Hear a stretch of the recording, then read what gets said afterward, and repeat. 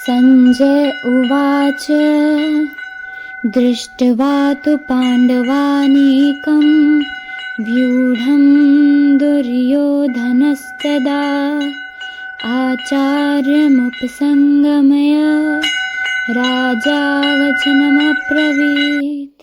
संजय ने कहा, हे राजन, पांडुपुत्रों द्वारा सेना की व्यूह रचना देखकर राजा दुर्योधन अपने गुरु के पास गया और उसने ये शब्द कहे। धृतराष्ट्र जन्म से अंधा था। दुर्भाग्यवश वह आध्यात्मिक दृष्टि से भी वंचित था।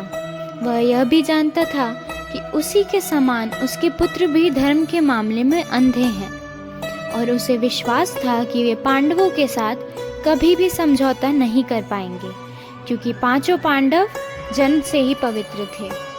फिर भी उसे तीर्थ स्थान के प्रभाव के विषय में संदेह था। इसीलिए संजय युद्ध भूमि की स्थिति के विषय में उनके प्रश्न के मंतव्य को समझ गया। अतः वह निराश राजा को प्रोत्साहित करना चाह रहा था। उसने उसे विश्वास दिलाया कि उसके पुत्र पवित्र स्थान के प्रभाव में आकर किसी प्रकार का समझौता करने नहीं जा रहे हैं। उसने राजा को बताया कि उसका पुत्र दुर्योधन पांडवों की सेना को देखकर तुरंत अपने सेनापति द्रोणाचार्य को वास्तविक स्थिति से अवगत कराने गया। यद्यपि दुर्योधन को राजा कहकर संबोधित किया गया है, तो भी स्थिति की गंभीरता के कारण उसे सेनापति के पास जाना पड़ा।